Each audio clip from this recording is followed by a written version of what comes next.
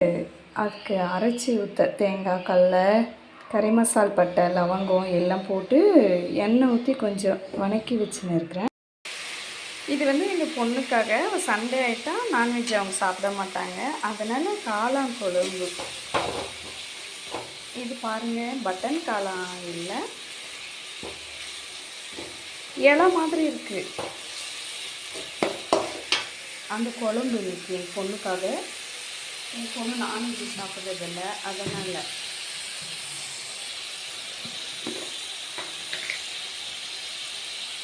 இது என்னென்ன போட்டுங்கன்னா வெங்காயம், தக்காளி, கருவேப்பிலை, கொத்தமல்லி எல்லாம் போட்டு காளானை போட்டு கொஞ்சம் லைட்டாக உப்பு போட்டு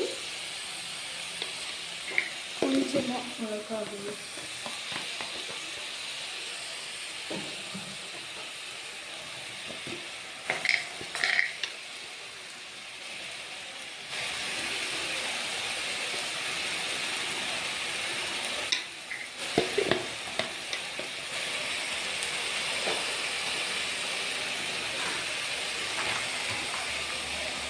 இது மிளகாய் தூள் இது எல்லாம் கலந்துருக்கும். இது போட்டால் தான் டேஸ்ட்டு நல்லாயிருக்கும்.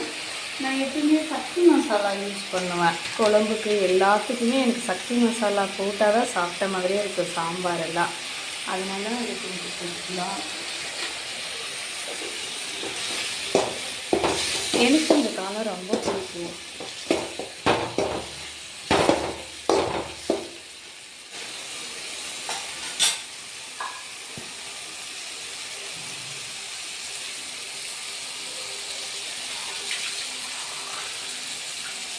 கொஞ்சமாக தண்ணி ஊற்றிக்கலாம்.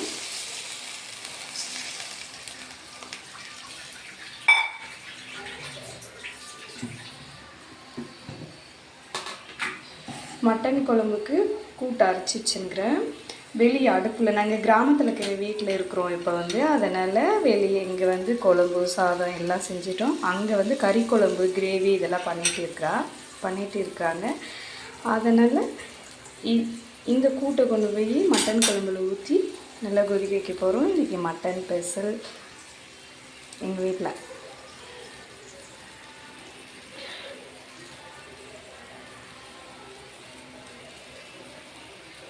இதுக்கு இன்னும் கொஞ்சம் இது நல்லா கொஞ்சம் கிரேவி மாதிரி ஆனவட்டுக்கு கொஞ்சமாக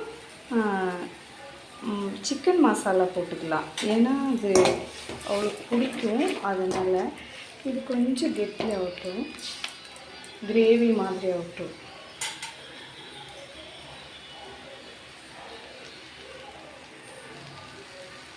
பாய்.